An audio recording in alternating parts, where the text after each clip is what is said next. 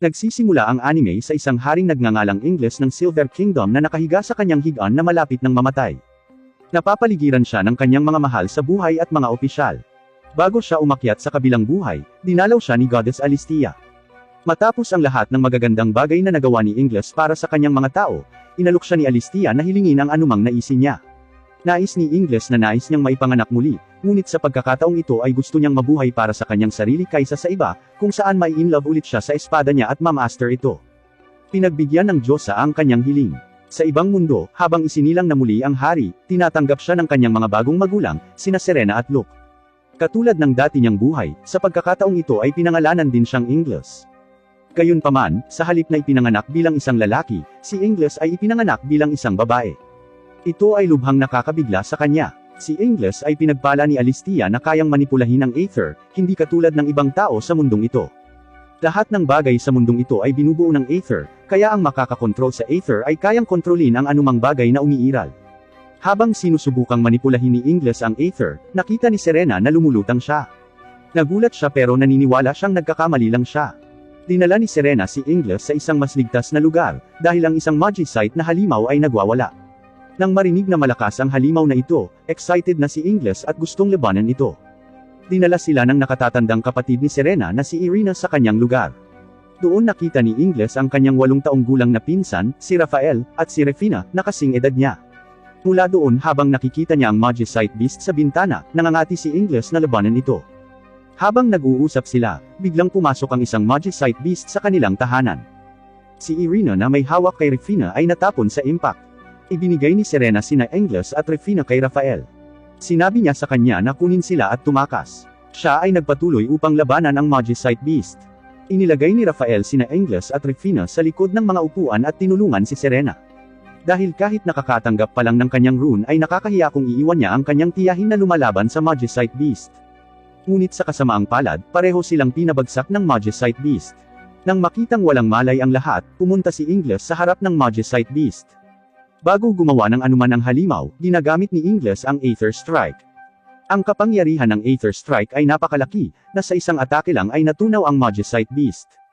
Hindi nagtagal ay nawalan siya ng malay dahil napagod siya sa paggamit nito. 5 taon na ang lumipas mula noon. Sina Ingles at Refina ay nasasaksihan ang swordsmanship ni Rafael laban sa Knights. Nalaman natin na si Rafael ang pangalawa sa pinakamalakas na eskrimador, habang si Luke na kapitan ng mga kabalyero ang pinakamalakas. Si Rambok, isang merchant, ang bumisita at ipinakilala ang kanyang anak na si Raul kay Luke. Pumunta sila dito upang magkaroon ng sparring laban sa mga kabalyero.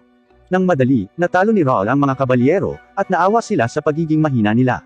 Napansin ni Ingles na nandaraya si Raul. Gumagamit siya ng magic laban sa Knights para pabagalin sila. Ang magic ay parang sub-compound ng Aether. Dahil ang kakayahan na maramdaman ng mahika sa mundong ito ay napakabihira, ang mga kabalyero kasama si Luke ay walang nakitang anuman. Ang susunod na makikipaglaban kay Raul ay si Rafael. Bago siya pumasok sa labanan, sinabihan siya ni Ingles na huwag tumingin sa mga mata ni Raul. At nang hindi inilalantad ang totoong dahilan, sinabihan siya na gumagamit siya ng ilang uri ng panlilinlang. Sumang-ayon si Rafael at lumaban sa kanya. Noong una, nangingibabaw siya ngunit dahil sa isang pagkakamali, natalo siya sa laban. Upang mapanatili ang dignidad ng mga kabalyero at ng kanyang ama, si Ingles ay sumulong at hinamon si Raul sa isang tunggalian. Tumawa si Raul at sinabihan siyang maglaro na lang ng kanyang mga manika.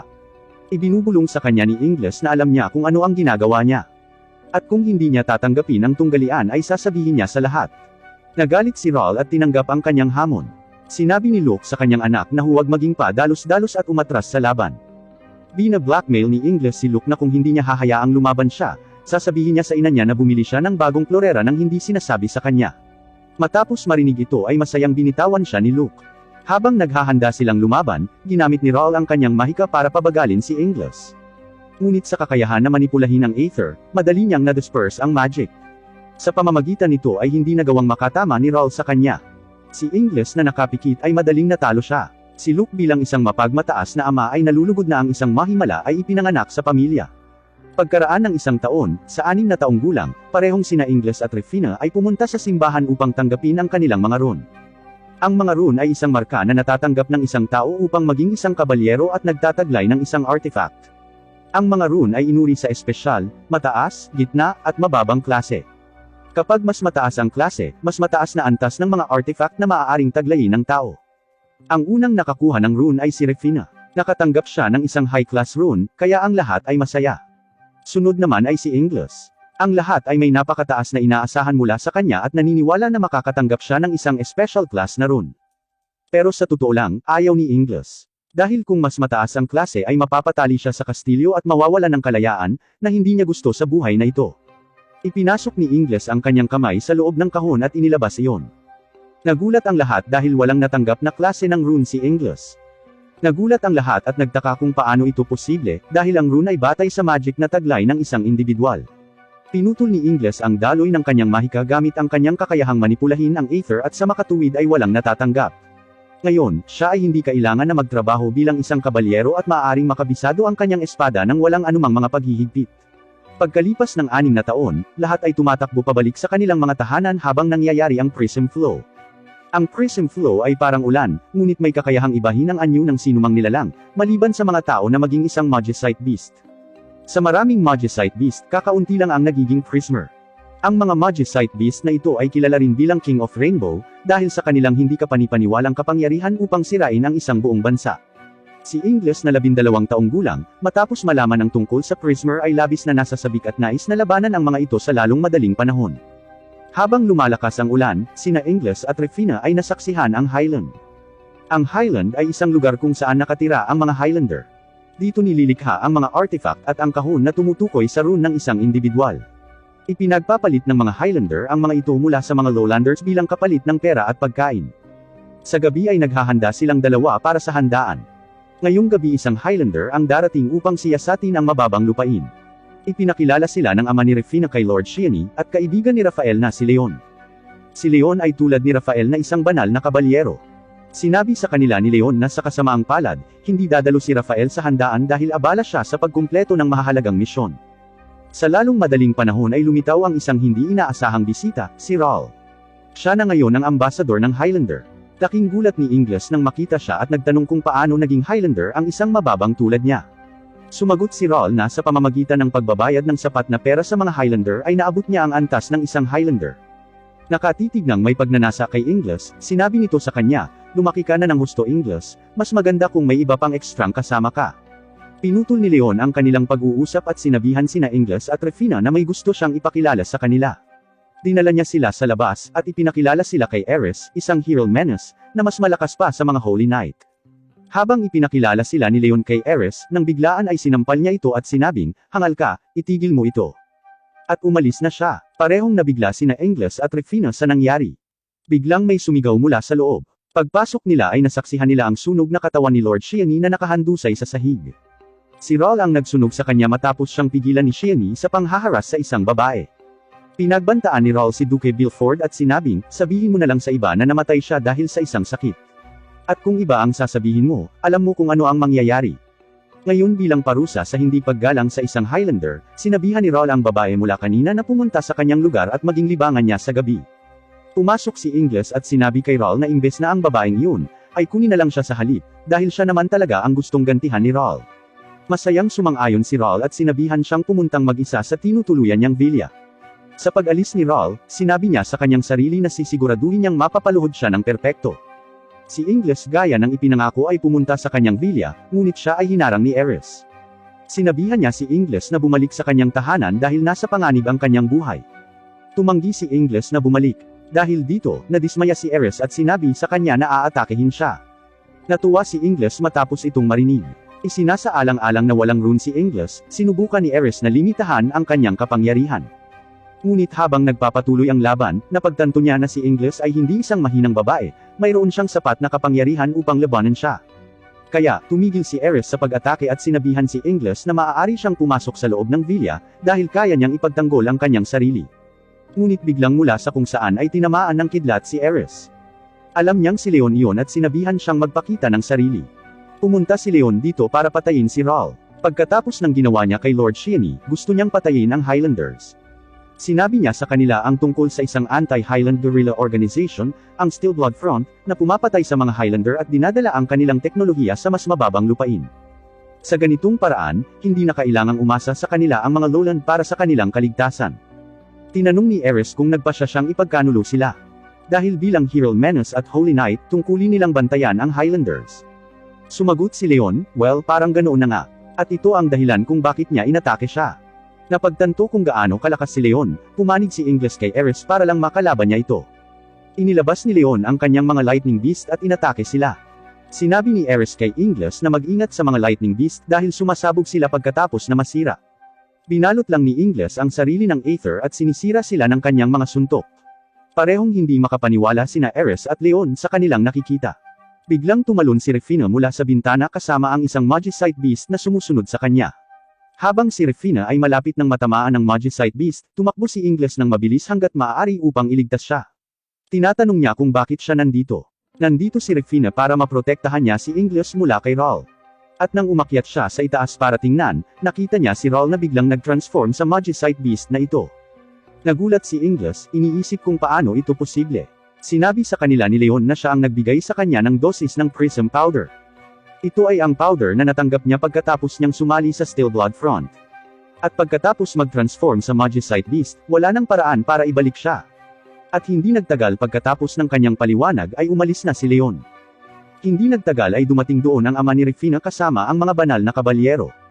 Labis silang nagulat nang makita si Raul sa ganitong kalagayan. Kung lalabanan ni Ingles si Raul dito ay masisira rin ang lungsod. Kaya sinama niya si Ares at sinipa si Raul sa mas malayong lugar. Nagulat ang lahat na pareho nilang nagawang sipain si Raul ng ganoon kalayo. Sinabi sa kanila ni Ingles na ito ay ang lahat ng lakas ni Ares. Sinabi sa kanya ni Ares na walang paraan na mayroon siyang ganitong uri ng lakas. Tinakpan ni Ingles ang kanyang bibig at sinabihan siyang sumang-ayon na lang. Pagkatapos ay pumunta sila sa lugar kung nasaan si Raul. Tinanong niya si Ares kung ito ay isang prismer. Sagot ni Ares na hindi, ito ay tulad lang ng isang sanggol kung ihahambing sa isang prismer. Napagpasyahan ni Ingles na kung hindi niya kayang sirain ang halimaw na ito sa isang atake, ay hindi niya kayang labanan ang isang prismer. Pumunta siya sa harap ni Raul at ginamit ang Aether Strike. Sa isang hit lang ay tinutunaw niya si Raul. Dahil nangangailangan ito ng labis na lakas, napagod siya. Kinabukasan habang naghahanda si Ares na isumite ang ulat sa pangyayari kahapon, hiniling sa kanya ni Ingles na sabihin na si Ares ang tumalo kay Raul. Pumayag naman si Ares. Bago siya umalis, tinanong ni Ingles kung bakit niya sinampal si Leon noong una silang magkita sa hardin. Sumagot si Ares na ito ay isang bagay na malalaman din nilang dalawa sa kalaunan, ngunit umaasa siyang sana ay hindi na lang, at umalis na siya. Pagkaraan ng 3 taon, sa edad na 15, parehong nagpasya sina Refina at Ingles na mag-enroll sa Knights Academy sa Royal Capital ng Cairo. Dahil walang rune si Ingles, maaari lang siyang maging squire ni Refina. Pagdating nila sa lungsod ng Nova, sinabihan sila ng may-ari ng restaurant tungkol sa misyon na ibinibigay sa mga kabalyero. Ngunit bago ito, kailangan nilang pumasa sa pagsusulit. Pareho silang madaling nakapasa sa pagsusulit at kalaunan ay naligo. Doon nila nakilala si Cyrene na isang Highlander at may-ari ng Nova. Pakiramdam ni Ingles, mula nang makarating sa lungsod na ito ay unti-unting sinisiksap sa lupa ang kanyang mahika. Tinanong niya si Cyrene tungkol dito, ngunit sa kasamaang palad, hindi niya alam ang dahilan. Sinabi ni Cyrene sa kanila ang tungkol sa misyon. Ang ilang mga dating kabalyero ay nagdudulot ng kaguluhan sa mga mamamayan. Kaya't bago pa maalis sa kanyang kamay ang mga bagay-bagay ay gusto niyang alisin ang mga ito. Kinabukasan, kasama ang iba pang mga recruit na kabalyero ay pumunta sila sa lugar kung saan kasalukuyang naninirahan ang mga dating kabalyero. Ipinakilala tayo kay Hawker, na siyang pinuno at dating kapitan ng Knights. Habang napapalibutan sila ng maraming dating kabalyero, ginamit ni Refina ang kanyang pana para salakayin sila. Ngunit ang kanyang pag-atake ay na-neutralize ng isang babae. Matapos maramdaman ang kanyang lakas, naghinala si Ingles na ang babae ay isang Hieromenus tulad ni Ares. Habang nagsisimula ang labanan sa pagitan ng mga na-recruit na kabalyero at dating mga kabalyero, hinahamon ni Ingles ang Hieromenus, habang sina Refina at iba pa ay nakikipaglaban sa iba pang mga dating kabalyero. Ang pangalan ng Hieromenus ay Sistia Rouge. Si Sistia ay hindi payag na labanan si Ingles dahil siya ay walang rune. Kaya para patunayan ang kanyang mga kakayahan, ginawang mana ni Ingles ang Aether. Ang masaksihan ang ganoong napakalaking halaga ng mana, nagulat si Sistia. Ngayon ay handa na siyang labanan siya, ngunit bago sila magsimula ay sinabihan niya si Ingles na bumunot ng kanyang espada. Dahil marupok ang kanyang espada, tumanggi si Ingles na gawin iyon, at tiniyak kay Sistia na sapat na ang kanyang mga kamay. Mabilis na itinulak ni Sistia ang kanyang sibat patungo kay Ingles, ngunit sa kanyang pagtataka, madaling naiwasan sila ni Ingles. Sinuntok ni Ingles si Sistia at pinalipad ito sa loob ng gusali. Napagtanto kung gaano siya kalakas, tinanong ni Sistia si Ingles, bakit niya tinutulungan ang mga Highlander sa pagsakop sa lupaing ito. Sumagot si Ingles, tinutulungan niya si Cyrene dahil nawalan siya ng pera pagkatapos kumain ng sobra, at para mabayaran ang kakulangan ng pera na itinutulong niya. Nadidismaya si Sistia sa katarungan ni Ingles. Ginagamit niya ang kanyang sibat para ilipat ito sa space at tinamaan si Ingles. Ito ay sobrang hindi inaasahan na hindi nakaiwas si Ingles, ngunit doon pa lang siya unang tinamaan ni Sistia. Dahil sa lalong madaling panahon, si Ingles ay gumagamit ng Aether upang harangan ang mga pag-atake ni Sistia at madaling talunin siya. Natatakot mahuli si Sistia dahil may isang taong kinatatakutan niya. Matapos talunin ang iba pang mga dating kabalyero, sinabi ni Rufina kay Ingles ang tungkol dito. Gayunpaman, gamit ang pagkakataong ito ay ginawang bihag ni Sistia si Rufina. Hinihiling niya kay Ingles na palayain siya, pagkatapos ay pakakawalan niya si Rufina. Sinabi sa kanya ni Ingles na siya ay malaya. Ngunit bago umalis si Sistia, sinabi sa kanya ni Ingles na maaari niyang labanan siya kung kailan niya gusto, at kung matalo siya, maaari pa siyang umalis ng walang anumang problema. Gayunpaman, kung maglakas loob siyang hawakan si Rufina, walang awang sisirain siya ni Ingles. Nang maglaon, ipinakita ni Cyrene ang kanyang pasasalamat kina Rufina at Ingles sa pagtulong sa kanya. Dinala niya sila sa basement at ipinakita sa kanya ang isang magic circle na sumisiksik ng mana ng mga tao. At pagkatapos maabot ang mga limitasyon nito, ito ay lulutang at magko-convert sa Highland. Gayunpaman, ang mga taong kasalukuyang nakatira ay kailangang umalis o maging mga alipin ng mga Highlander. Dahil Highlander din si Cyrene, tinanong ni Rufina ang dahilan kung bakit niya ibinabahagi ang sikretong ito. Bilang isang Panginoong may lupa, nais ni Cyrene na mabuti para sa kanyang mga tao at handa pa siyang lumaban sa mga Highlander. Ngunit para dito kailangan niya ng tulong. Matapos ang malalim na pag-iisip, pareho silang pumayag na magtiwala at tumulong kay Cyrene sa digmaang ito.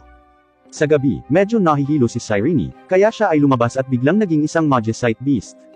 Ang lahat kasama sina Ingles at Rufina ay inalerto at pumunta upang suriin ang sitwasyon. Doon, nang makita nila ang marka sa Magicite Beast, napagtanto nila na ito ay si Cyrene. Nagtataka si Ingles, sino kaya ang nagbigay sa kanya ng Prism Powder. Lumabas ang isang babae na kanina pa naghain sa kanila ng tsaa at ipinakita ang kanyang kaligayahan tungkol sa pagiging Magicite Beast ni Cyrene. Ang kanyang anak ay pinatay sa pamamagitan ng mga kamay ng Highlanders, at upang ipaghiganti siya, kumuha siya ng Prism Powder mula sa Steel Blood Front at inihalo ito sa tsaa ni Cyrene. Nagpaputok si Cyrene ng pulang beam patungo sa kanya na nagresulta sa agarang kamatayan. Sinabi ni Ingles sa gwardya na i-escort ang mga tao palabas ng lungsod, habang haharapin nila si Cyrene. Biglang tinusok ng sibat ang kanang balikat ni Cyrene at lumitaw si Sistia. Binalaan ni Ingles si Sistia na huwag saktan si Cyrene. Isang misteryosong lalaki ang gumagawa ng kanyang pagpapakita. Nagulat si Ingles dahil hindi niya ma-detect ang presensya nito. Ipinakilala ng misteryosong lalaki ang kanyang sarili bilang pinuno ng Steel Blood Front at walang pangalan. Binalaan niya si Ingles na huwag makialam sa kanyang trabaho at sinabihan siyang lumayo. Ayaw ni Ingles na masaktan si Cyrene, kaya nang sumubok ulit si Sistia na umatake, sinubukan siyang suntukin ni Ingles gamit ang Aether. Ngunit nagulat siya na hinarang ito ng pinuno. Kailanman sa buhay na ito, walang nakaharang sa Aether Fist ni Ingles. Nasasabik siyang malaman na may mga taong may ganitong uri ng lakas. Sinabihan ni Ingles ang pinuno na huwag atakihin si Cyrene, dahil may ideya siya na makapagliligtas kay Cyrene. Sumang-ayon ang pinuno sa kondisyon na aalis si Ingles sa lungsod na ito anuman ang maging resulta. Habang gusto niyang kanselahin ang Magic Circle, sumang-ayon din si Ingles. Binago niya ang Aether sa mana at pinagyelo si Cyrene. Pagkatapos ay gumamit ang pinuno ng Aether para bawasan ang laki ni Cyrene para madali siyang madala ni Ingles. Namangha si Ingles nang makita ang ibang tao na gumagamit ng Aether, dahil ang Aether ay isang bagay na natatanggap lamang mula sa mga Diyos. Iniisip niya kung ang pinuno ay katulad niya o ang Diyos mismo. Sinabi ng pinuno kay Ingles na si Cyrene ay hindi na makakabalik at hindi na magwawala. Gaya ng ipinangako, umalis si Ingles sa lungsod kinabukasan. At nakita natin, ang bagong itsura ni Cyrene pagkatapos matunaw ang yelo. Ang isang selyadong prismer ay iniingatan sa loob ng isang cathedral. Tuwang-tuwa si Ingles na makita ang kanyang unang prismer. Gusto niya itong labanan. Pumasok ang isang gwardya at binalaan sina Ingles at Rufina tungkol sa maraming Magicite Beast na nanggagalaiti sa lungsod. Kaya para sa kanilang kaligtasan, kailangan nilang manatili dito. Nasasabik si Ingles na hindi pinansin ang gwardya, mabilis na lumabas upang labanan sila. Sa kanyang paglalakbay, si Ingles ay malapit ng atakihin ng isang Magicite Beast. Gayunpaman, dumating ang isang batang babae na may espada at tinalo ang halimaw. Napansin ni Ingles na may high-class rune ang babae tulad ni Rufina. Binalaan ng dalaga si Ingles na tumakas, dahil baka makasama ito para sa tao na walang rune. Gayunpaman, sa lalong madaling panahon, ipinakita ni Ingles ang kanyang lakas. Nagulat siya na masaksihan ang ganoong lakas mula sa isang walang rune. Humanga ang dalaga at ipinakilala ang kanyang sarili bilang Leone Ova. Sa palagay ni Ingles ay narinig na niya ang pangalang ito ngunit hindi niya ito maalala. Sama-sama, mabilis nilang pinupuksa ang mga natitirang Magicite Beast. Dumating din si Rufina para tulungan sila, at nakilala niya din si Leone. Matapos makita ang mga Magicite Beast na kanilang natalo, dumating ang isang kabalyero at para sa kanilang pagsisikap ay nag-alok sa kanila ng gantimpala. Gayunpaman, si Rufina at Ingles lamang ang makakakuha nito, dahil hindi nila ito binibigay sa mga taong kamag-anak ng mga traidor. Hindi alam ang dahilan, tinanong ni Ingles ang kabalyero. Sinabi niya, ang babaeng ito ay kapatid ng dating banal na kabalyero na si Leon Otha, na nagtaksil sa bansa at tumakas. Pinatay niya ang isang Highlander at isang Inspector ilang taon na ang nakalilipas. Noon napagtanto ni Ingles kung bakit parang narinig na niya ang pangalan noon. Ngunit tila mali ang mga hatol na ipinataw kay Leon. Narinig ni Rafael, na ngayon ay 23 taong gulang na, ang sinasabi ng kabalyero tungkol kay Leone. Sinabi niya sa kanya na huwag magsabi ng anumang masama tungkol sa kanya at pahalagahan ang kanyang pagsusumikap sa pagtalo sa mga Magicite Beast. Si Rufina, na nakita ang kanyang kapatid pagkatapos ng mahabang panahon, ay niyakap siya ng napakahigpit. Binati din siya ni Ingles. Nang makita kung gaano kaganda ang paglaki ni Ingles, pinuri siya ni Rafael. Ang kanyang kasamahan pagkatapos na sumaksi sa unang pagkakataon na pinuri ni Rafael ang isang babae, ay nagsimula ng panunukso sa kanya.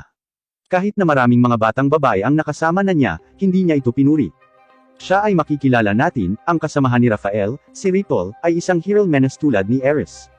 Habang kumakain, ikinwento ni na Ingles at Rufina kay Rafael ang nangyari sa lungsod ng Nova at tungkol kay Cyrene. Matapos ipagkanulo ni Leon ang bansa, nagpa siya si Leone na maging isang banal na kabalyero upang mahuli siya. At para doon, tulad ni na Ingles at Rufina, dadalo siya sa Royal Knights Academy sa kabisera ng lungsod. Ang bawat isa ay nakasaksi sa selyadong prisoner na inalis mula sa cathedral, dahil naniniwala sila na ang dahilan kung bakit maraming Magicite Beast ang umaatake sa lungsod na ito ay dahil dito. Sa capital city, nakarating na silang tatlo at nag-aaral sa academy. Sa unang araw, tinanggap sila ni Prinsipe Wine at ipinaalam sa kanila kung gaano sila kahalaga para sa bansang ito. Pagkatapos ng prinsipe, si Miliera, ang punong guro ng akademya ang nagbibigay ng talumpati. Napansin ni Ingles na ang prinsipal ay nagtataglay ng isang espesyal na klase ng rune tulad ni Rafael. Ibig sabihin malakas siya para maging Holy Knight. Nang walang pag-aaksaya ng oras, sinisimulan ng prinsipal ang orientation. Gamit ang kanyang special artifact class, lumikha siya ng isang gravity field. Lahat ay nahihirapang tumayo. Ang punong guro ay nag-spawn ng 3 halimaw. Kung maiiwasan ng mga mag-aaral na maalis sa loob ng 10 minuto, makakakuha sila ng libreng pagkain para sa buong buwan. Si Ingles at Rufina ay na-hype up na. Sinimulan na ng prinsipal ang pagsasanay. Gayunpaman, sa loob lamang ng ilang segundo ay inihagis ni Ingles ang bawat isang halimaw. Nagulat ang prinsipal. Sa pag-aakalang ito ay isang swerte lamang, sinabi niya sa lahat na ito ay isang demonstrasyon pa lamang, at nag-spawn ng 3 pa. Gayunpaman, sa pagkakataong ito ay itinapon din sila ni Ingles. Ngayon, nag-aalala ang prinsipal. Dahil kung patuloy silang itatapon ni Ingles, ang akademya ay kailangang magbigay ng libreng pagkain sa bawat estudyante. Kaya pumunta siya kay Ingles at sinabihan siyang huwag sirain ang mga ito. At bilang kapalit, maaari siyang magkaroon ng libreng pagkain sa loob ng 3 buwan sa halip. Sumang-ayon si Ingles ngunit bilang kapalit, makakakuha din ng libreng pagkain sina Rufina at Leone. Umayag naman ang prinsipal. Sa lalong madaling panahon, ang bawat mag-aaral ay nagsisimulang itapon ng mga halimaw, habang si Ingles na lang ang natitira. Ang lahat sa tabi ng punong guro ay humanga nang makita ang isang walang rune na babae na napakalakas. Pagkatapos kumain ng pagkain, papunta na sila Ingles at Rufina sa kanilang mga kwarto. Naasar ang isang estudyante at sinabihan ng prinsipal na palitan ang kanyang kasama.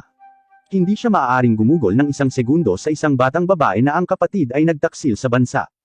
Hindi nasisiyahan si Rufina na marinig ito laban kay Leone. Siya at si Ingles ay dumating upang iligtas si Leone. Sinabi nila sa batang babae, na hindi makatarungan at retuhin ang taong tulad nito, na nagligtas sa lungsod mula sa napakaraming mga Magicite Beast. Sinabi nila sa principal na si Leone ay mananatili sa kanilang silid mula ngayon. Kinagabihan, naging emosyonal si Leone at nagpapasalamat sa kanila sa pananatili sa tabi niya. Kinabukasan ng umaga, nagulat ang lahat nang makita kung gaano karami ang kinakain ni na Ingles at Rufina. Isang batang lalaki at babae na kararating lang, na bigla rin nang makita ito. Ipinakilala nila ang kanilang sarili bilang rati mula sa programa ng Escudero, at pram mula sa programa ng Kabalyero. Galing sila sa Alucard, ibang bansa. Parang medyo nagseselos si Pram dahil kinakausap sila ni Ratty. Pagkatapos ng almusal, si Margos, ang kanilang practical instructor, ay ipinakilala ang kanyang sarili, at sinabihan sila na ngayon ay tuturuan silang magpalipad ng flying gear. Inutusan niya ang lahat na sundan siya sa flying gear dock. Gayunpaman, siya ay masyadong mabilis. Nagsisimulang tumakbo ang lahat ng mas mabilis hanggat maaari. Iniisip ni Ingles na magiging boring na tumakbo ng normal.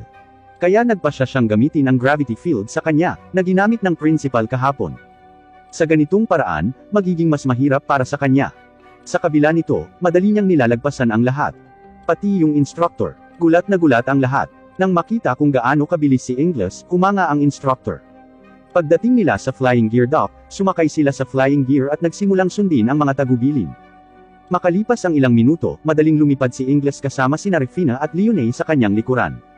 Gayunpaman, nagsimulang tumawa si Ratty dahil mas mabilis siya kaysa kay Ingles sa pagpapalipad nito. Medyo naasar si Ingles at gumamit ng magic. Gamit ito, madali siyang nalagpasan. Sinabi ni Ingles kay Ratty na ayaw niyang natatalo. Kumanga si Ratty nang makita kung gaano kaganda at kahanga-hanga si Ingles.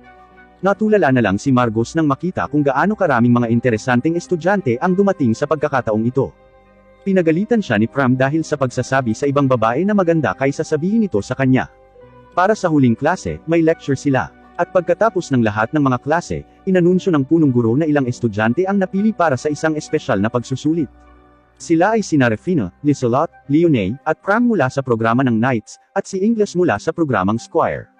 Ang bawat mag-aaral ay humanga dahil para mapili para sa isang espesyal na pagsusulit, kailangan mong magkaroon ng hindi kapani-paniwalang potensyal. Pinaliwanagan sila ng principal, iti-teleport sila sa isang espesyal na lugar na tinatawag na Labyrinth of Trials. Doon ay kinakailangan nilang gamitin ang kanilang pisikal at mental na lakas upang makumpleto ang pagsusulit. Habang nagsisimula ang oras, lahat sila ay pumasok sa pinto. Sa loob nito, nakikita ni Ingles ang bawat Magicite Beast at taong nakalaban niya hanggang ngayon. Ngunit pagkatapos ay nagsimula siyang makakita ng mga alaala sa kanya bilang isang bata. At biglang nagsimula siyang makakita ng mga pangitain ng kanyang nakaraang buhay.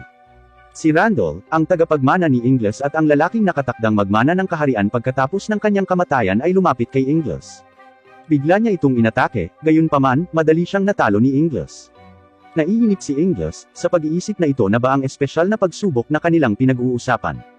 Pinasabog lang niya ang bubong. Doon niya nakita si Liselot, at nauunawaan na ang bawat palapag ay humahantong sa bawat kalahok. Nagulat si Liselot kung pinapayagan pa nga ba silang pasabugan ang bubong. Dahil walang mga tagubilin na huwag gawin ito, tinitiyak ni Ingles na magiging maayos ito. Tinanong niya si Ingles kung bakit galit si Rufina sa kanya. Sinabi ni Ingles sa kanya ang dahilan kung bakit galit si Rufina sa iyo ay dahil sa paraan ng pakikitungo mo kay Leonay. Hindi niya kayang makitang nasasaktan ang taong mahal niya. Tinanggap ni Liselot ang kanyang kasalanan na sumobra siya at nangako na hihingi ng tawad kay Leonay. Gamit ang kanyang gift, ibinuko ni Liselot ang kanyang mga pakpak at hawak si Ingles ay pumunta sa itaas na palapag. Doon ay nakita nila si Leonay na nasa kanyang hamon. Siya ay lumalaban sa kanyang pamilya at sinusubukang maghiganti sa kanyang kapatid. Gayunpaman, tutol ang kanyang ama at inatake si Leonay. Natigilan si Leonay, at bago siya matamaan, sinipa ni Ingles ang kanyang ama at iniligtas siya. Hindi nagtagal ay nawala ang kanyang pamilya. Humihingi ng paumanhin si Liselot para sa kanyang bastos na pag-uugali. Pinatawad siya ni Leonay. Lumabas sila sa isang pinto na nakita nila habang lumilipad. Nagulat ang principal nang makita silang lahat na magkasama. Dahil nakarating sila bago ang takdang oras, pumasa silang tatlo. Nakapasa din si Rufina. Gayunpaman, si Pram lang ang nabigo. Humingi ng paumanhin si Liselot kay Rufina at hiniling kay Leonay na bumalik sa kanyang silid. Sa gabi, kasama ang lahat ng kanyang mga gamit, pumunta si Leonay sa kanyang silid. Nagsisimula silang lahat ng maayos. Kinabukasan, sinabi ng principal kina Ingles at Rufina na imbitado sila sa isang party sa kahilingan ni Rafael. Ito ay upang ipagdiwang ang appointment ng isang bagong Highlander emissary. Sa tabi nila, sasali si Liselot dahil naruroon ang kanyang ama, na siyang chancellor. At sa kahilingan ni Liselot, imbitado rin si Leonay. Sa bayan sa harap ng tindahan, inaalerto ang lahat tungkol sa maraming Magicite Beast na umaatake. Sa pagdating nila ay natalo na silang lahat ni Eris. Ang mga Magicite Beast na ito ay demi-human, na nakipag-ugnayan sa Prism Flow. Si Ripple ay isa ring demi-human, ngunit dahil isa siyang Hero Menace, sa ngayon, ayos lang siya. Makalipas ang isang linggo, sa gabi, handa na ang lahat. Nang makita kung gaano kaganda si Ingles, pinupuri siya ng lahat. Maging siya ay humahanga sa hitsura niya. Hindi pa kumakain sina Ingles at Rufino mula umaga sa pag-asang makakain nila ang lahat ng masasarap na pagkain sa party. Pagdating doon ay sinalubong sila ni Rafael. Natulala siya nang makita kung gaano kaganda ang hitsura ni Ingles. Papuri niya sa kanya. Nang makitang gutom na gutom ang mga kapatid na babae, agad silang pumasok sa loob. Habang nagsisimula silang kumain, maraming Magicite beast ang lumitaw. Gulat na gulat ang lahat. Habang si Ingles ay malapit ng matamaan ng isa sa mga beast, si Rafael ay mabilis na lumapit sa kanya at sa kanyang nakakabaliw na bilis, natalo ang mga halimaw. Humanga si Ingles nang makita kung gaano siya kalakas at kabilis. Tuwang-tuwang pinuntahan siya ni Ingles at hiniling na magkaroon siya ng tunggalian mamaya, nang walang pagpipigil. Ayaw ni Rafael na saktan si Ingles ngunit pumayag na magkaroon ng practice fight. Hindi masyadong nasisiyahan si Ingles na malaman na hindi siya lalaban ng buong lakas. Dumating ang punong guro at sinabihan si Rafael na tulungan si Prince Wine at ang Highlander Emissary, habang hinahawakan ng mga babae ang mga Magicite beast. Kinukuha ng lahat ang kanilang mga artifact at nilalabanan ang mga halimaw. Ayaw na guluhin ni Ingles ang kanyang damit kaya gumagamit siya ng pangmalayo ang pag-atake. Nagulat ang lahat nang makitang madali niyang ginagawa ito. Pagkatapos suriin ang kanyang ama, dumating si Lizelot at sinabi sa kanila ang tungkol sa kakaibang pagkilos ni Ripple. Nang makarating sila doon, laking gulat nila nang makita si Ripple na napapalibutan ng isang misteryosong magic field. Ipinaliwanag ni Ares na biglang nawalan ng malay si Ripple at nabalot ng isang magic field, at sa lalong madaling panahon pagkatapos ay ang mga Magicite beast ay lumitaw. Tinanong ni Prince Wine si Theodore, ang Highlander Emissary, kung may alam ba siya tungkol dito. Sinasabi niya na ito ay isang posibilidad, ang hierarchy ay kasangkot. Nalaman natin na ang Higher Land ay nahahati sa dalawang faction. Ang isa ay ang Grand Duchy, na nakikipagkalakalan ng mga artifact, flying gear, at iba pang teknolohiya sa Lower Land. At ang pangalawa ay ang hierarchy, sila ay laban sa ideya na ibahagi ang kanilang teknolohiya sa atin. Ang parehong mga faction ay nagpapadala ng hero menace sa bawat bansa upang mapanatili ang balanse ng kapangyarihan. At dahil si Ripple ay nilikha ng hierarchy, naniniwala si Theodore na hindi na nila siya gusto at sinisira siya mula sa loob. Matapos malaman ang mga pangalan ni na Ingles at Rufina, pinasalamatan sila ni Theodore sa pagligtas sa kanyang nakababatang kapatid na babae. Pareho silang nagulat nang malaman na kapatid niya si Cyrene. Nangako si Theodore na ibabalik ang kanyang kapatid sa kanyang orihinal na estado. Ngunit nang subukan niyang kunin si Cyrene, kinagat niya ang daliri nito. Galit si Cyrene nang makita ang kapatid at bumalik sa loob ng mga melon ni Ingles. Inaabisuhan sila ng punong guro tungkol sa paggising ni Ripple. Humingi ng tawad si Ripple sa nangyari. Hinihiling niya kay Wine na sirain siya kung sakaling patuloy na mangyari ang mga bagay na ito. Tumanggi si Wine dahil napakahalaga ni Ripple para sa depensa ng bansang ito. Iminungkahi ni Ingles na hayaan ni Prinsipe Wine si Ripple na manatili sa Akademya ng Kabalyero hanggang sa makahanap ng lunas. Hindi sumang-ayon si Rafael dahil nasa sentro ng lungsod ang Akademya. At kung ang mga Magicite beast ay makatakas, ito ay magiging lubhang mapanganib. Sang-ayon si Theodore kay Ingles dahil doon sa ilalim ng proteksyon ng principal, magiging ligtas si Ripple at sa laboratorio ng Akademya ay mahahanap nila ang lunas nito. Nagustuhan ni Prince Wine ang ideya at sumang-ayon. Kinabukasan ng umaga, lahat ay nagsasanay. Napapagod na ang lahat. Gayunpaman, si Ingles ay ganun pa rin ang kanyang sarili. Sa loob ng akademya, ipinakilala ng punong guro ang lahat kina Theodore at Ripple bilang kanilang mga panauhin. Ipinakilala tayo kay Silva, isang third-year student na nag-iisang nagtataglay ng special classroom sa akademya. Nang malaman ito, si Ingles ay nasa sabik at gustong makipaglaban sa kanya. Ang punong guro ay nagsasabi sa lahat na ang mga estudyanteng naruroon dito ay espesyal na pinili mula sa bawat baitang. At bawat koponan mula sa bawat baitang ay maghahalinhinan sa pagprotekta kay Ripple sa loob ng isang araw. Ang punong guro ay nagreregalo sa lahat ng mga espesyal na artifact na lumilikha ng isang barrier sa paligid ng Magicite beast. Ito ay upang matiyak na ang pinsala ay nasa pinakamaliit. Nang subukang kunin ni Ingles ang isa sa mga ito, walang pakundangan na sinabi sa kanya ni Silva na ito ay walang kabuluhan dahil hindi ito magagamit ng isang walang runa squire na tulad niya. Nagalit si Rufina, ngunit pinakalma siya ni Ingles. Idinagdag pa ni Silva na hindi nila kailangan ng squire na magiging pabigat lang, at ng kapatid ng isang traidor. Matapos makinig sa sinabi ni Silva, iminumungkahi ni Ingles na makipaglaban siya sa kanya para magkaroon sila ng pagkakataong patunayan ang kanilang mga kakayahan. Tumawa lang si Silva at sinabing hindi na kailangan. Sa kabilang banda, pagkatapos makinig sa sinabi ni Silva tungkol sa hindi kailangan ng squire, si Yua, isang second-year student, ay sumusubok na umalis dahil isa rin siyang squire. Sinabihan ng punong guro si Yua na manatili dahil kailangan nila ang kanyang lakas. Nalaman natin na nagkaroon ng mock battle sina Yua at Silva, kung saan nanalo si Yua. At pagkatapos nito, pareho silang nagsimulang hindi magkagusto sa isa't isa. Si Ripple na biglang nakaramdam ng sakit ay nawala ng malay. Napapaligiran siya ng parehong magic field. At bago lumitaw ang mga Magicite Beast, naglagay ang principal ng barrier. Habang nagsisimulang lumabas ang mga Magicite Beast bago gumawa ng anuman ng mga third year, madali silang pinabagsak ni Ingles. Hindi makapaniwala ang mga third year kung gaano kalakas at kaganda ang isang walang rune na squire. Kinuha ni Silva ang kanyang artifact at binaril ang Magicite Beast. Tuwang-tuwa si Ingles na makakita ng artifact ng baril. Sinabihan ni Rufina si Yua na huwag magdamdam sa sinabi ni Silva at tulungan silang talunin ang mga halimaw. Habang tumatalon si Ingles para talunin ang isa, nagulat siya nang makitang mas mabilis si Yua kaysa sa kanya. Kahit na gumagamit si Ingles ng gravity field sa kanyang sarili, si Yua pa rin ang unang tumalo sa kanya. Si Ingles ay nasa sabik at hiniling kay Yua na magkaroon ng labanan pagkatapos nito. Ayaw ni Yua na ikumpara ang lakas niya sa iba, kaya tumanggi siya. Sa tulong ni Yua at Ingles, sa napakakaunting oras ay natalo ang lahat ng Magicite Beast. Nang maglaon, hiniling ni Ripple kay Ingles na kalabanan siya pagkatapos sabihin ng principal at ni Theodore na gusto nilang makita kung sino ang mananalo sa pagitan nila. Hindi na makapaghintay pa si Ingles, napakasaya niya.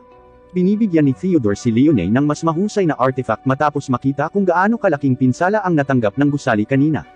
Kaya gamit ito, ang pinsala ay magiging 0, dahil lilikha ito ng pocket space. Ngunit ito ay para lamang kay Leone dahil sa pagiging tugma nito sa kanyang rune. Ang isang tunggalian sa pagitan ni Ripple at Ingles ay magiging isang mahusay na paraan upang makita kung gaano ito kaepektibo. Kaya ginagamit ito ni Leone. Medyo mahirap sa una, pero nagtagumpay siyang gawin ito. Magsisimula na ang laban sa pagitan ni Ripple at Ingles. Buong lakas ay sumugod si Ingles kay Ripple, ngunit lahat ng kanyang mga pag-atake ay iniiwasan. Umatras si Ripple at naglabas ng baril dahil hindi siya close-range fighter. Habang binabaril siya ni Ripple, pinalihis ito ni Ingles gamit ang kanyang ice sword. Ngunit aksidenteng napunta ang isa sa mga putok kay Rufina. Buti na lang at may harang ang principal, ligtas sila. Naglabas ng isa pang baril si Ripple at nagsimulang bumaril. Halos hindi ito maiwasan ni Ingles, kaya pinalihis niya ang mga bala kay Ripple. Sa sandaling mawala ng balanse si Ripple, sinusugod siya ni Ingles at pinalipad siya. Nang tatamaan na sana ni Ripple ang principal, napahinto siya ng barrier. Gayunpaman, ang barrier ay hinihigop niya. Sa pagtuklas na ito ay kakaiba, sinabi ni Theodore kay Ripple na subukang mag-absorb ng ibang artifact. Gayunpaman, nang sinubukan niyang i-absorb ang artifact ni Liselot, hindi niya magawa. Pagkatapos ay sinabihan ni Theodore ang principal na gawin din iyon. At nakakagulat sa pagkakataong ito, ang mana ay hinihigop. Napagpasyahan ni Theodore na si Ripple ay idinisenyo upang makuha lamang ang kapangyarihan ng isang espesyal na rune. At kapag ang isang tiyak na halaga ng mana ay na-absorb, ang mga Magicite Beast ay lumalabas. Maya-maya, bumagsak si Ripple at nawala ng malay habang napapaligiran siya ng magic field. Hindi na kayang humawak ni Leone, at bilang isang resulta, ang pocket space ay naglalaho. Sa sandaling iyon ay lumitaw ang isang napakalaking Magicite Beast. Nawasak ang kalahati ng gusali, ngunit gayunpaman, nasa sabik si Ingles na labanan ito. Habang ang Magicite Beast ay magpapasabog ng mga sinag ng init, binalot ni Ingles ang sarili ng Aether at sinipa ito sa kalangitan. Nang malapit na itong lumapag, ang lahat ay nabigla nang makita si Yua sa ibaba nito at sinubukan siyang bigyan ng babala. Ngunit sa madaling paraan, pinutol ni Yua ang halimaw sa kalahati at nagpatuloy sa paglalakad na parang walang nangyari. Lahat ay namangha nang makita kung gaano siya kahanga-hanga. Pagkatapos ay nagising si Ripple. Humihingi siya ng tawad at nagpapasalamat sa lahat. Hindi nagtagal, dumating sina Eris at Rafael na may dala-dalang balita. Ang Venefic, ang kanilang kalapit na bansa ay lumabag sa mga hangganan, at inutusan ni Prinsipe Wine na ibalik si Theodore sa kastilyo para sa kanyang kaligtasan. Pagkalipas ng 2 linggo, sa kanilang paglalakbay, sinabihan sila ng prinsipal na pumunta sa kanyang silid. Doon ay binigyan niya si Rufina ng isang pinahusay na artifact na may second gift na ginawa ni Theodore. Sa tabi ng kanyang makintab na mga arrow, ang second gift ay may kakayahang magpagaling. Tuwang-tuwa si Rufina. Biglang isang malaking pagsabog ang nangyari. Nang makarating ang lahat sa lokasyon, si Ripple ay walang malay. Ang mga third year ay nagsasabi na ang isang napakalaking Magicite Beast ay lumitaw ngunit nilabanan nila ito. Gayunpaman, sa proseso, si Silva ay malubhang nasugatan matapos niyang subukang protektahan si Narati at Pram mula sa pag-atake ng halimaw. Ginagamit ni Rufina ang kanyang bagong upgrade na artifact para pagalingin si Silva. Nang makitang nahihirapan si Rufina na panatilihin ito, tinulungan siya ni Ingles sa pamamagitan ng paglilipat ng ilan sa kanyang mana sa kanya. Kinabukasan, pagkatapos naganap na gumaling si Silva, pinasalamatan niya sina Ingles at Rufina. Nakatanggap ang principal ng notice mula sa Royal Guard, na gusto nilang bumalik si Ripple para mapalitan nila siya ng bagong Hero Menace. Parehong galit sina Ingles at Rufina at laban sa ideya. Tiniyak ng punong guro na lalaban sa Royal Guard para panatilihin si Ripple sa akademyang ito. Sa gabi, habang nasa daan sina Leone at Liselot, biglang inatake sila ng isang Magicite Beast. Ngunit sa kabutihang palad, sila ay nailigtas ng isang Lightning Beast. Nakilala ni Leone na ang Lightning Beast ay kapareho ng sa kanyang kapatid. Sinundan nila siya at dinala sa isang silid sa ilalim ng lupa. Laking gulat nila nang makita ang mga miyembro ng Steel Blood Front na nandoon. Nang walang pagpipigil, inatake ni Leone ang kanyang kapatid. Sinubukan ni Liselot na magbigay ng ilang suporta, gayunpaman, pinigilan siya ni Sistia. Nagalit si Leone at sinabi nito na pagkamatay ng kanilang mga magulang, determinado siyang maghiganti para sa mga taga-Allman matapos silang ipagkanulo ni Leon. Ibinunyag ng pinuno na ang Allman ay inalok sa hierarchy ng Royal Court para maayos nila ang kanilang nasirang relasyon. Nabigla si Leone at tinanong ang dahilan nito. Ipinaliwanag ng pinuno na ito ay dahil ang tanging layunin ng Allman bilang isang lugar ay subaybayan ang nagyelo na Prismer. At ngayon pagkatapos na ilipat ang Prismer, ang lugar ay wala ng halaga. Inihayag ng pinuno na sa loob ng 4 na araw ay darating ang Highlander Emissary upang palitan ang Hero Menace, at sa araw na iyon ay papatayin siya ng Steel Blood Front. Tinanong ni Liselot ang dahilan ng pagsasabi nito sa kanila. Bago umalis, sinabihan sila ng pinuno na gawin ang lahat ng gusto nila maliban sa paglapit sa kanila. Bago umalis si Leon, pinuri niya ang kanyang kapatid na lumakas at ito ay nagpasaya sa kanya. Sa academy, ipinaliwanag nila sa principal ang lahat. Gumawa si Ingles ng isang plano at nagmumungkahi na sila ni Rufina ay pupunta sa kastilyo bilang isang katulong, at makikihalo upang protektahan ang Highlander. Nagustuhan ng principal ang ideya at binibigyan siya ng pahintulot. Pagkatapos ng 4 na araw, handa nang umalis sina Ingles at Rufina. Sa kastilyo, habang ginagawa ang trabaho ay sinusubaybayan nila ang anumang kahina-hinalang aktibidad. Dumating si Haring Carius, pati na rin ang Highlander Emissary na si Lord Ivel. Sa kabila ng pagiging bata, naabot niya ang antas ng Archlord. Nagsisimulang pumalakpak ang lahat para sa kanya. Sinasabi niya sa lahat na sila ay mga hangal kasama na ang hari. Para lamang sa pagpapalit ng isang may depekto na Hero Menace, ang Highland ay tumatanggap ng Allman at mga resources nito. Nagpasalamat siya sa pagiging tanga nila. Nagsimulang tumawa ang hari at pinahahalagahan ang kanyang matalinong salita kasama ng mga tagapakinig. Ayaw masira ng hari ang relasyon sa Highland kaya naman nilunok ang mga bastos na salita ni Ivel. Gayunpaman, hindi gusto ni Rufina ang masamang ugali ni Ivel. Biglang, ang kastilyo ay inaatake ng maraming Magicite Beast. Sinimulan silang talunin ni Ingles. Gayunpaman, natigilan siya nang makita ang kakaibang pag-atake na ginamit ni Ivel sa Magicite Beast. Ginagamit ng isang guard ang pagkakataong ito at inatake si Ivel. Ngunit ang kanyang pagsisikap ay hinarang ni Ingles. Ang bantay ay isang assassin mula sa Steel Blood Front. Ginamit muli ni Ivel ang kakaibang mahika at hinati siya sa kalahati. Hinala ni Ivel na ang hari ang nasa likod ng pag-ataking ito. Si Haring Carius ay nasa pagpapanik at tiniyak na kagagawa niyon ang Steel Blood Front. Sinabi ni Ivel na kahit sino ang nasa likod nito, dahil sa kawalan ng kakayahan ng hari, ay inatake siya. Kaya para magsisi, hiniwalay ni Ivel ang kanang braso ng hari. Ang mga gwardya ay nasa isang pang-atake na posisyon upang salakayin si Ivel. Gayunpaman, pinagbantaan sila ng hari na huwag galawin ang Highlander o papatayin niya ang bawat isa sa kanila. Umatras ang mga guard. Sa puntong ito, parehong nasa malalim na pag-iisip sina Ingles at Rufina. Nagtataka sila kung tama ba ang ginagawa nila sa pagprotekta sa Highlander o hindi. Sa tulong ng healing gift ni Rufina at kaunting suporta mula kay Ingles, ganap na gumaling ang braso ng hari. Walang pakialam si Ivel. Gayunpaman, bilang kapalit sa pagpapagaling sa braso ng hari, kukunin niya ang kamay ng iba. Kaya, inaalok ni Ingles ang kanyang braso. Dahil sa ganitong paraan ay masusuri niya ang misteryosong kapangyarihan na taglay niya.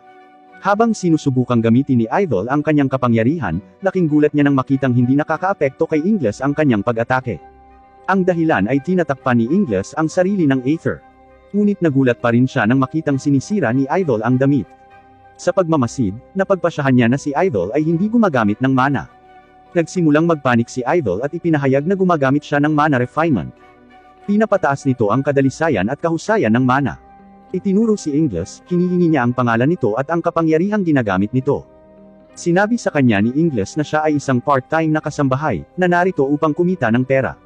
Alam ni Ivel na nagsisinungaling si Ingles, kaya inutusan niya itong atakihin siya para malaman niya kung anong klaseng magic iyon.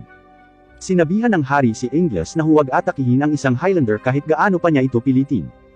Ipinakita ni Idol ang kanyang pagkadismaya sa hari. Tinatawag niya itong tanga sa pagsisikap na maging buntot kahit na sa ganitong sitwasyon. Ibinunyag ni Idol na wala siya rito para palitan ang Hero Menace o ayusin ang ugnayan ng bansang ito sa Highland. Ang punong Hierarchy ay galit tungkol sa Steel Blood Front. At para harapin ito, inayos niya ang exchange event na ito para mag-set up ng bitag para sa kanila. At sa sandaling iyon, sa labas, ang isang napakalaking battleship ay lumapag. Alam ni Idol na ito ang Steel Blood Front at handa siyang harapin ang mga ito. Pinayagan ni Haring Carius si Ingles na salakayin si Idol matapos silang ipagkanulo ng Highland. Tuwang-tuwa si Ingles at sinabihan si Idol na maghanda. Naglagay siya ng isang hindi nakikitang barrier sa paligid niya. Sa sandaling pasukin ito ni Ingles, hihiwa-hiwain siya sa piraso. Kahit na hindi ito nakikita, nabigla si Idol nang malaman niyang nakikita ito ni Ingles. Inilipat niya ang magic ng barrier sa kanyang braso. Ngunit bago siya gumawa ng anuman, sinugod siya ni Ingles. Mabilis niyang sinipa at pinalipad siya sa langit. Inutusan ni Haring Carius ang mga gwardya at si Ingles na salakayin ang Steel Blood Front at tulungan ang Highland. Hindi niya hahayaang lumala pa ang kanilang relasyon. Kinaladkad ni Ingles si Rufina at umakyat sa barkong pandigma. Si Rufina ay bumaril ng mga arrow at sinusubukang i-distract ang mga ito habang si Ingles ay pumupunta upang sirain ang battleship. Nagpasabog ng Aether Strike si Ingles. Gayunpaman, nabigla siya nang makitang naharang ang kanyang pag-atake. Ngunit nang nakita niya ang pinuno, naiintindihan niya ang dahilan. Habang nakikipag-usap ang pinuno kay Ingles, inutusan niya ang kanyang mga nasasakupan na patuloy na salakayin ang barko ng Highland at ang kanilang mga tropa. Tinanong ng pinuno si Ingles tungkol sa Highlander emissary. Humingi ng tawad si Ingles dahil hindi rin niya alam. Naramdaman ng pinuno na lumakas si Ingles at pinupuri siya. Nang walang ibang pagpipilian, naglaban sila. Sa panahon ng laban, nasaksihan ni Ingles ang nakakabaliw na bilis at lakas mula sa pinuno. Nabigla siya nang sabay na gumamit ng Aether Sword at Aether Shield ang pinuno, kahit siya ay hindi pa magawa ito. Matagumpay na naitulak siya pabalik ni Ingles at naipadala ang isang Aether Strike. Gayunpaman, ito ay naharang. Saktong dumating si Idol. Galit siya sa ginawa ni Ingles sa kanya. Ngunit nang makita niya ang pinuno ng Steel Blood Front, nakalimutan niya ang lahat tungkol dito.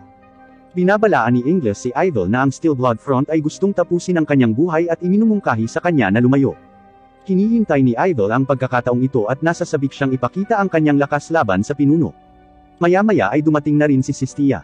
Ginawa siyang sandata ng pinuno. Hindi alam ni Ingles kung paano nangyari pero excited siya. Sa akademya, ipinaalam ni Silva sa lahat na ang mga tropa na sinadya upang kunin si Ripple ay bumalik sa kastilyo pagkatapos ng ilang pagsabog. Sa paghahanap ng tamang sandali, sinimulan ng punong guro ang operasyon upang palayain si Ripple mula sa kanyang sakit. Binuksan ni Leone ang pocket space. Si Silva at ang punong guro ay nagsimulang magpakain ng kanilang mana kay Ripple. Plano nilang bigyan ng sapat na mana si Ripple para wala ng Magicite Beast na mailalabas. Hindi nagtagal ay nawala ng malay si Ripple at nagsimulang lumitaw ang mga Magicite Beast.